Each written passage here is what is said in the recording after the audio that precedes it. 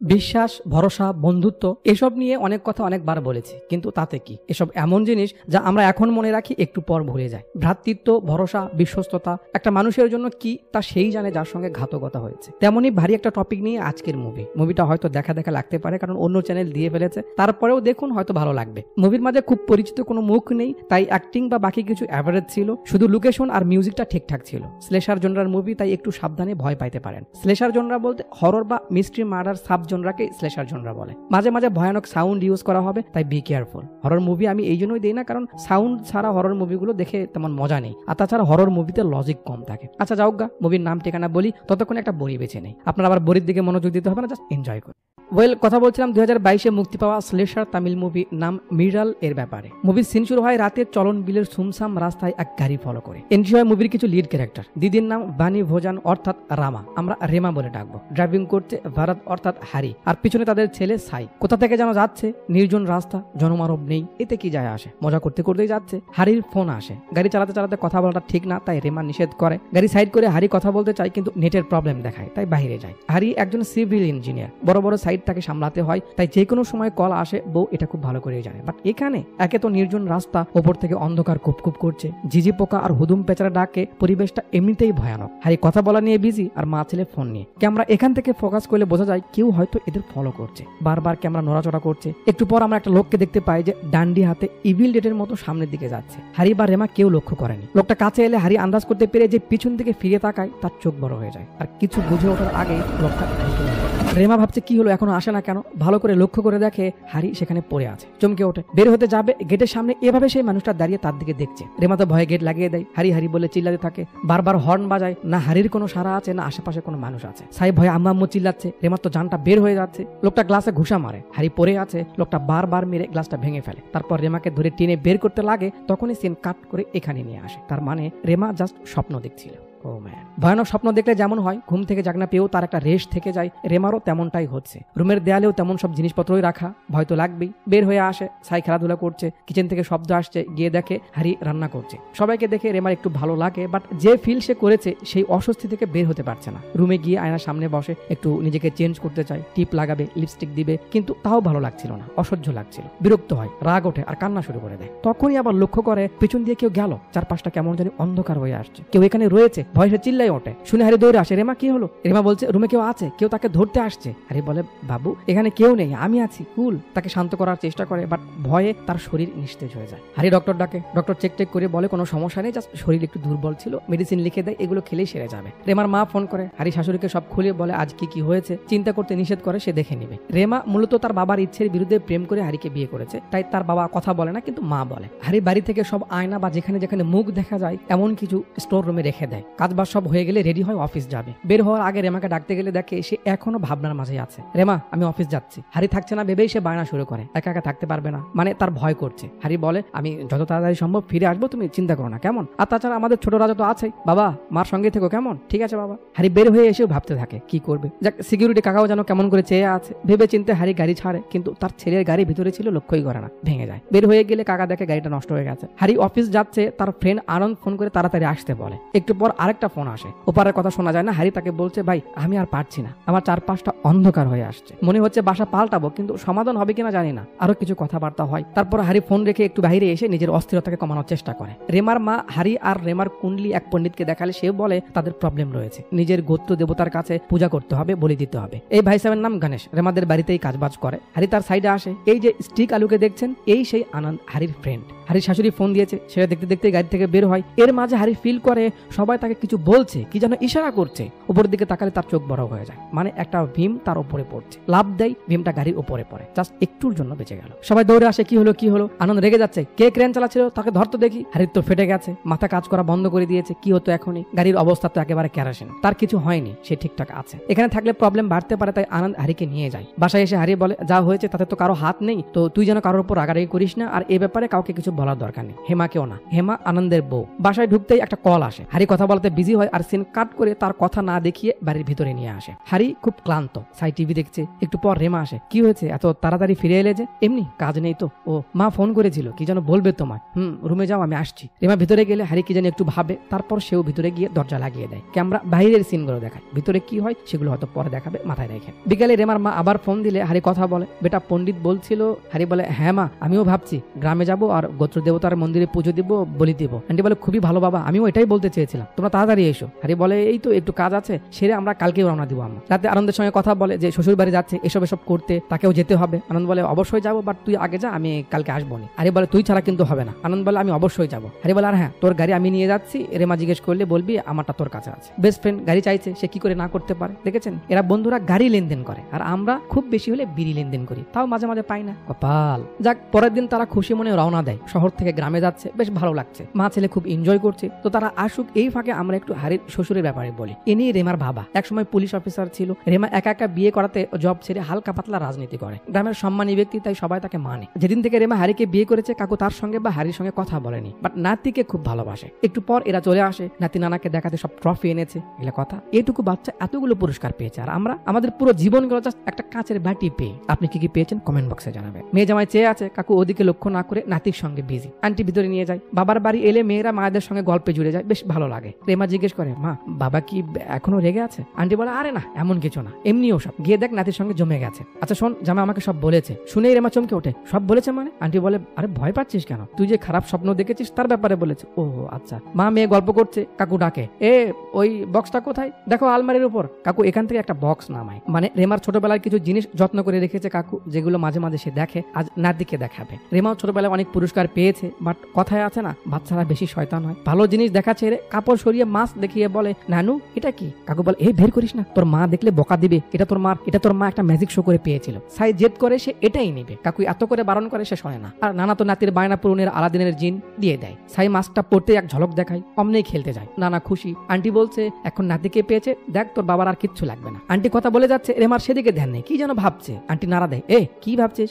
না না কিছু না, না যা ফ্রেশ হয়ে নে। সাই খেলতে খেলতে বাড়ির পেছনে আসে, এখানে কি যেন জাল দেওয়া হচ্ছে। সাই এদিকে তাকালে জায়েদ খান মানে একটা কাকতাড়ুয়া দেখতে পায়। ব্যাপারটা নরমালি নাই, বাট একটু পর আমরা দেখি সে নড়ে উঠলো। সেটা সাইও বুঝতে পারে, সেও তাকালে দেখে কাকতাড়ুয়াটা মনে হচ্ছে নড়ছে। রিমা ফ্রেশ হয়ে রেডি হচ্ছে, পিছন দিয়ে আবার কিছু একটা চলে গেল মনে হয়, চমকে ওঠে। হারি বারান্দায় বসে কাজ করছিল, কাকু এসে বসে, একটু চুপ থাকতে থাকতে কথা বলে, বেটা এই প্রথম শ্বশুর তার সঙ্গে কথা বলছে। হারির ভালোই লাগে। কাকু হারির কাছে ক্ষমা চায় যে সে অভিমান করে তার সঙ্গে বাজে ব্যবহার করেছে। কাকু বলে, আমি আসলে বিশ্বাস করিনি যে আমার মেয়েকে তুমি ভালো রাখতে পারবে, বাট আজ যখন মেয়েকে ভালো দেখি আমার ভালো লাগে, কিন্তু অভিমানটা জমে গেছে তো তাই এই কথা বলতে পারিনি, তুমি পারলে আমাকে ক্ষমা করে দিও। হারি বলে, আরে বাবা কি বলছেন এসব? আপনার মেয়েকে নিয়ে আপনি ভাববেন না তো কে ভাববে? আমার কোনো অভিমান নেই, আমার বাবা মা নেই, আপনারাই তো আমার সব। ছেলে কি বাবার উপর রাগ করতে পারে? খুবই ভালো কথা। কাকুর বেশ ভালোই লাগে। ওদিকে সাই এ কাকতারুয়া নড়াচড়া দেখে গাড়ির কথা বলে তার দিকে অ্যাটেনশন দেয়। গাড়িটা চুলোয় যায়, জ্বলছে। সাই এদিকে গিয়ে আসে, এমন ভাবে সে তার দিকে যেতে থাকে যেন এ তাকে টানছে। কাছে গিয়ে কাপড়টা সরাবে, রেমা আসে, সাই কি করছো তুমি এখানে? মা ওইটা।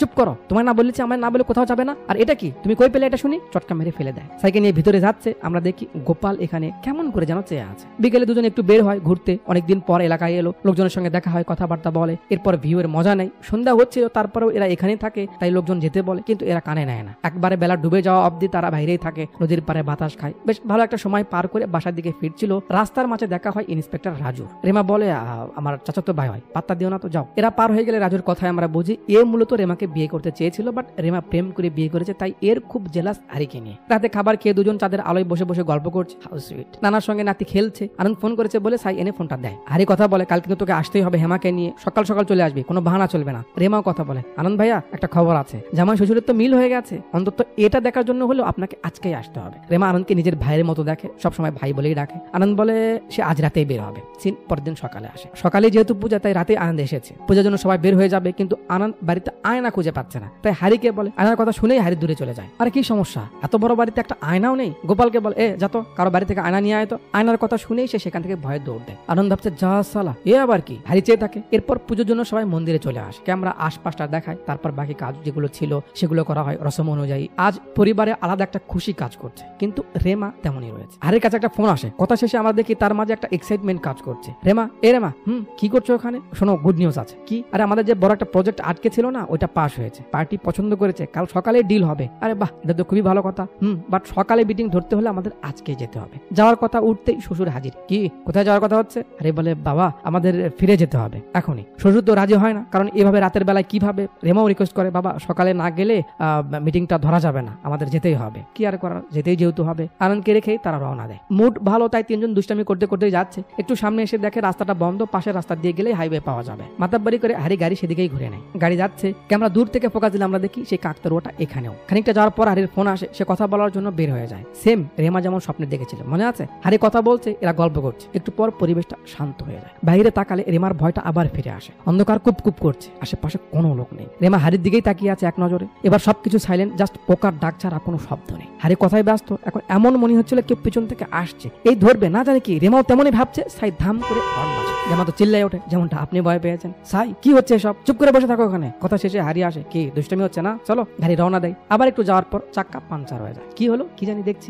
হারি নেমে গিয়ে দেখে চাক্কা গেছে। এখন কি হবে? রেমা বলে, বাবাকে ডাকবো? হারি বলে, না না, এমনি সে আসতে নিষেধ করল, এখন ডাকলে আর যেতেই দিবে না। কি করা যায়? আচ্ছা তোমরা থাকো, আমি চাক্কা পাল্টাচ্ছি বলে সে হাতের বাদে বের করে নিজেই চাক্কা চেঞ্জ করতে লাগে। একটু পর এক কাকু সেদিক দিয়ে যাচ্ছিল, জিজ্ঞেস করে, আরে তুমি প্রধানের বাড়িতে এসেছো না? এই রাতে এখানে কি করছো? হারি বলে, দেখছেন না কি করছি? কাকু বলে, বেটা এই এলাকা ভালো না, তোমার চাক্কা এখানে গেছে মানে লক্ষণ ভালো না। এদিক দিয়ে না গিয়ে গাড়ি ঘুরে গ্রামের ভিতর দিয়ে যাও, তাড়াতাড়ি করো। হারি বলে, এই রাস্তা ভালো না, তাহলে আপনি এখানে কি করছেন? কাকু বলে, আচ্ছা আমাকে ফাঁসাচ্ছ?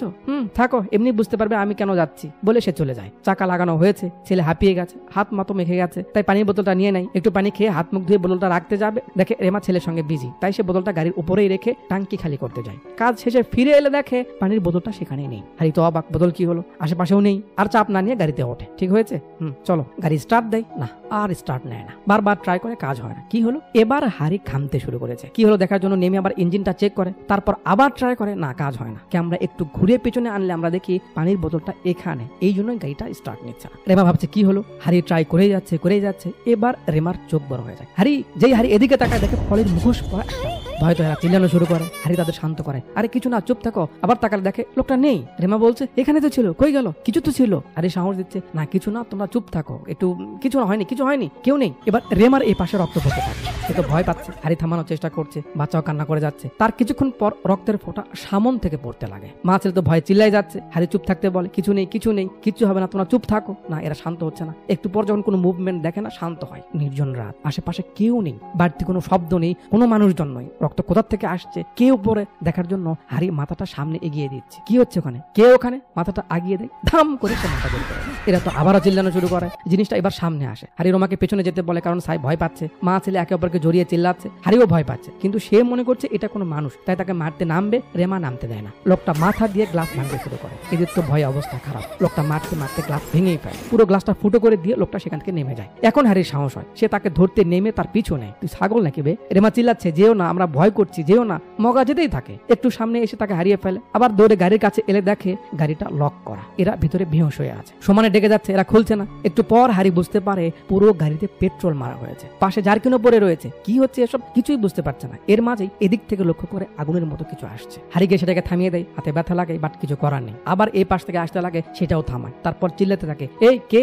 সামনে আয়, কে তুই? কি এক অবস্থা ভাবতে পারছেন? তাকে দেখা যাচ্ছে না। ক্যামেরা দূর থেকে ফোকাস দিলে লোকটা হাতে আগুনের ডান্ডি নিয়ে থামে মারতে থাকে। কেমনটা লাগে বলুন? গাড়িতে আগুন দিতে আসছে। হারি গিয়ে তাকে থামানোর চেষ্টা করে। দুজনের মাঝে হাতাহাতি শুরু হয়। যেহেতু হারি ভয় পেয়েছে, উপর থেকে অনেক হাঁপিয়েছে, তাই সে বেশ মার খায়। লোকটা তাকে মেরে ফেলে রেখে সেখান থেকে গাড়ি নিয়ে চলে যায়। হারি হুঁশ হারায়। আর স্ক্রিনের আলো নিভে গিয়ে সিন রেমার বাবার কাছে আসে। কাকু টেনশন করছিল যে মেয়েরা চলে গেল, ফোন টোন দিচ্ছে না, আমি দিচ্ছি তাও ধরছে না, একটু অস্বস্তি লাগছে। শেষে কাকু বের হয়ে যায়। ওদিকে হারির হুঁশ ফিরে দেখে গাড়ি তো সেখানে নেই। দৌড়ানো শুরু করে। দৌড়াতে একটু সামনে এসে গাড়িটা পায়, কিন্তু তার ডিক্কিতে কে যেন জোরে জোরে শব্দ করছে। মানুষ যখন আতঙ্কিত থাকে তখন তো ব্রেন কাজ করে না। ডিক্কি খুলতে দেখে গণেশান। আরে তুই এখানে কেন? হে গণেশান! সে তো ভয় ছটফট করছে। আমি বলেছিলাম না আয়না নিয়ে কথা না বলতে। পালিয়ে যায়। হারি তার পিছে পিছে দৌড়াতে থাকে। পুরো জায়গাটা একটা গণক ধাঁধার মতো। বউ বাচ্চা কই কিচ্ছু বুঝতে পারছে না। সময় ডেকে যাচ্ছে আর কান্না করে যাচ্ছে। একে তো অন্ধকার রাত, উপর থেকে এমন পাঠা সামনে পড়লে কেমনটা লাগে। সেখান থেকে আবার দৌড়াতে এক জায়গায় বাচ্চার জামা কাপড় পায়। সামনে ছুটে গেলে সাইয়ের গলা শোনা যায় যে পাপা বলে কান্না করছে। হারি দেখে সাই এর থামের ওপর। কি এক অবস্থা। উপরে গিয়ে ছেলেকে শান্ত করায়। তারপর তাকে নিয়ে নিচে নামছে। সাই দেখে দেখে লোকটা আবার আসছে। হারিকে বলে, হারি নামতে নামতে চারিদিকে আগুন ধরে যায়। সাই তো ভয়ে চিল্লাচ্ছে। হারি তাকে নিয়ে লাফ দিয়ে আগুন থেকে বের হয়। তারপর বাপ ছেলে আবার দৌড়। বাচ্চাটার জন্য সব থেকে বেশি কষ্ট লাগে। যাক, একটু পর রেমার গলা শোনা যায়। গিয়ে দেখে সে ঝুলে গেছে। হারি তাকে ধরে, বাট সাই দেখে এটা তো তার মা না, বাবা। হারি দেখে তো অন্য কেউ। সেখান থেকে আবার দৌড়। সাইকে কোলে নিয়ে গাড়ির কাছে এসে দেখে রেমা গাড়ির ভিতরেই রয়েছে। তাকে জাগানোর চেষ্টা করে, সে ওঠে না। বাচ্চাকে আগে সামলাতে হবে, তাই তাকে গাড়ির ভিতরে বসিয়ে দেয়। এখান থেকে বের হয়ে যাওয়াটা জরুরি, তাই গাড়ি স্টার্ট দিতে যাবে, তার ফোনটা বেজে ওঠে। শব্দ ফলো করে সাইডে এসে ফোনটা পেয়ে যায়। ধরেই চিল্লাতে থাকে, আঙ্কেল কি হচ্ছে এখানে? কেউ আমাদের মারার চেষ্টা করছে, আমরা ফেসে গেছি, এটা তো ভূত। এদিকে দেখে আরো হা, কারণ যে লোকটা তার সঙ্গে কথা বল, ওই দুধওয়ালা, এই রোদ দিয়ে যেও না, সে তো মৃত। হারির আরো ফেটে যায়। এই ঝটকা থেকে বের হতে না হতেই এতক্ষণে আমরা হাত করেই মরতাম। দিদি একটা ফটো ফ্রেম দেয়। হারি দেখে ওই লোকটা, এই মহিলা আর ছাগল। কি হচ্ছে এখানে? ছবির দিকে তাকায়, তারপর মাথাটা ঘুরেতেই সামনে মাথা। হারি আর কি বলবে? তার কাছে ক্ষমা চায়, তার তো তার কোনো ক্ষতি করেনি, আকুতি মিনতি করে, কিন্তু সে তাকে একটা লাথি মেরে আবার। তারপর টানতে টানতে এক সাইডে নিয়ে পলি চেপে মারার চেষ্টা করে। রেমা এসে শালাকে একটা মেরে দেয়। সে তো মাথা নিয়ে পড়ে যায়। এরা তাড়াহুড়ো করে এখান থেকে চলে যায়। এরা গাড়ি ছাড়তে না ছাড়তেই এই হালা আবার ওঠে। এরা যাচ্ছে, খানিকটা যাওয়ার পর আবার সামনে দেখে স্কুটি নিয়ে সেই লোকটা রাস্তার মাঝে পড়ে আছে। কি মুসিবত! রেমা বলে গাড়ি উপর দিয়ে নাও, কিন্তু গাড়ি সামনের দিকে যাচ্ছে না। একটু পর সেই লোকটা চোখ মেরে তাকায়, তারপর উঠে খাড়ায়। কিরে, তোকে নিষেধ করেছিলাম না? তুই আমার কথা শুনলি না, এবার তোদের কে বাঁচাবে? ওই তো ও এসে গেছে। গাড়ির উপর থেকে মহিলাটা নেমে আসে। হয়তো রেমা চিল্লাপালা করে যাচ্ছে। হারি গাড়ি পেছনে নিলে সে গাড়ি থেকে পড়ে যায়। তারপর দুজন মিলে তাদের দিকে আসতে থাকে। গাড়ির সামনে নিতে পারছে না, পেছনেও দেখা যাচ্ছে না। কে যেন ফোন দিয়ে যাচ্ছে। হারি ফোনটা ধরতে যাবে, মাস্ক পরা লোকটা এসে হারির পাশে গ্লাস ভেঙে দেয় আর স্ক্রিনের আলো অফ হয়ে যায়। একটু পর যখন আলো ফিরে আসে, ফোন কানে আমরা দেখি দুজন এখানে বসে কুল হয়ে আছে, মানে হয়তো বেঁচে গেছে। সেখান থেকে গাড়িতে ওঠে। সকালে হতে চলেছে। ক্যামেরা বেশ কিছুক্ষণ গাড়ি ফলো করেই চলে। একটা জায়গায় এসে থামে। খানিকটা অবাক হয়েই সামনের দিকে যাচ্ছে। আমরা দেখি পুলিশ, এলাকার লোকজন দিয়ে ঘেরা। এখানে একটা গাড়ি। হারি তাড়াহুড়ো করে সেখানে যায় আর গাড়ির ভিতরে থাকা কাকে যেন ডাকতে থাকে। ক্যামেরা যখন ঘুরে গাড়ির ভিতরে আসে, আমাদের 2000 ভোল্টের একটা ঝটকা দেয়। হারি আনন্দ আনন্দ বলে ডাকছে, মানে তার ফ্রেন্ড আনন্দের এই অবস্থা হয়েছে। এত বাজেভাবে তাকে মারা হয়েছে। হারি জিজ্ঞেস করছে, কি হচ্ছে এখানে? আমার বন্ধুর এমন অবস্থা কে করলো? গ্রামের লোকেরা বলাবলি করতে থাকে, ওই ভূতি এমন করেছে। কি আপনিও সবার মতো কনফিউজ? তো সবাইকে এখানে রেখে ডিরেক্টর আগে আমাদের কনফিউশন দূর করে যে কাল রাতে যখন অফিস থেকে কল আসে হারি যাওয়ার কথা শুনে আনন্দ সেখানে এসে পড়ে। হারির বদলে সে যেতে রাজি হয়। সে গিয়ে কাল সব সামলাবে, পরে হারি যাবে। এতদিন পরে সে এখানে এসেছে, একটু থাক। তাই কাল রাতে হারি নয়, আনন্দ তার পরিবার নিয়ে বের হয়েছিল। তারপর যা যা হারি আর রেমার মাধ্যমে আমরা দেখলাম, সেই সবকিছু মূলত আনন্দের সঙ্গেই হয়েছিল। প্রত্যেকটা সিন যেখানে যেখানে আপনার হৃদয় কেঁপে উঠেছে, সেই সব জায়গাতে আনন্দ তার পরিবারকে নিয়ে ভুগেছে। একটু একটু করে সেই সবগুলো সিন আমাদের দেখানো হয়। তারপরকে আমরা স্পটে এলে আমাদের আনন্দের বউ হেমাকে দেখায়। পুলিশ বলছে, ম্যাডাম কি হয়েছে কিছু তো বলুন। ক্যামেরা হেমাকে ফোকাস করে আর তার মাধ্যমে আমাদের দেখায় যে শেষবার যখন সেই মাস্ক পরা লোকটা ক্লাস ভেঙে আনন্দকে বের করে নিয়ে মারতে থাকে, হেমা বের হওয়ার চেষ্টা করে, কিন্তু এরা তাকে বাধা দেয়। লোকটা আনন্দকে মারতে থাকে। এরা সেদিক দেখছিল, এই ফাঁকে হেমা পেছন দিয়ে বের হয়। মহিলা ভূতনিকে ধাক্কা দিয়ে আনন্দকে বাঁচানোর চেষ্টা করে। কে তুই? ছাড়োকে, ছাড় বলছি। সে তো মেরে যাচ্ছে। হেমা লোকটার পলিটা খুলে ফেলে। আর ঠিক আপনাদের মতো হেমাও শক, এটা তো আনন্দ। হেমা যেন আকাশ থেকে পড়লো। আনন্দ ভাই তুমি কি করছো এটা? হারি চেয়ে থাকে আর তার চোখের সামনে ভাসতে থাকে যে রেমা কতটা যন্ত্রণা মাঝে ছিল। কেন ছিল সেটা পরে জানা যাবে। রেমার সঙ্গে এমন একটা ঘটনা ঘটেছে যার রিয়াকশনে রেমার এমন অবস্থা হয়েছিল। সে সবসময় মনে করতো কেউ তাকে ধরতে আসছে, মারতে আসছে। এমন অবস্থায় মানুষ নিজেই নিজেকে মেরে ফেলে। এই ভয়ে হারি সবসময় ডিপ্রেস থাকতো। সেদিন অফিসে যাওয়ার সময় তার ফোনে একটা হ্যাকারের কল আসে, যাকে হারি হায়ার করেছিল। তার বাড়িতে যে ঘটনা ঘটেছিল তার পিছে কে রয়েছে খুঁজে বের করতে হারি তাকে হায়ার করেছে। কি ঘটেছে তা পরে জানতে পারবো। অফিস থেকে বাসায় ফিরেই কল এসেছিল, মনে আছে আপনাদের? সেই হ্যাকারই কল করেছিল তাকে বলতে যে সে তার এরিয়ার নেটওয়ার্কের আন্ডারে সব নাম্বার ট্রেস করেছে। তারপর তার লোকেশন অনুযায়ী যে কটা নাম্বার এক্সাক্ট অমুক টাইমে তার বাড়িতে অ্যাক্টিভ ছিল, সেই নাম্বার অনুযায়ী ওই ফোন কার সেটা বের করেছে। তারপর সেই ফোনে হ্যাক করে তার থেকে একটা ভিডিও আর একটা কল রেকর্ড পেয়েছে। হারি আগে ভিডিওটা দেখে তো তার মাথায় রক্ত উঠে যায়। তারপর অডিও শোনা, যেখানে হারির উপর নজর রাখা এবং তাকে মেরে ফেলার কথা বলা হয়েছে। আর তার প্ল্যান অনুযায়ী ওই সাইডে হারির উপর থামটা ফেলে দেওয়া হয়েছিল, কিন্তু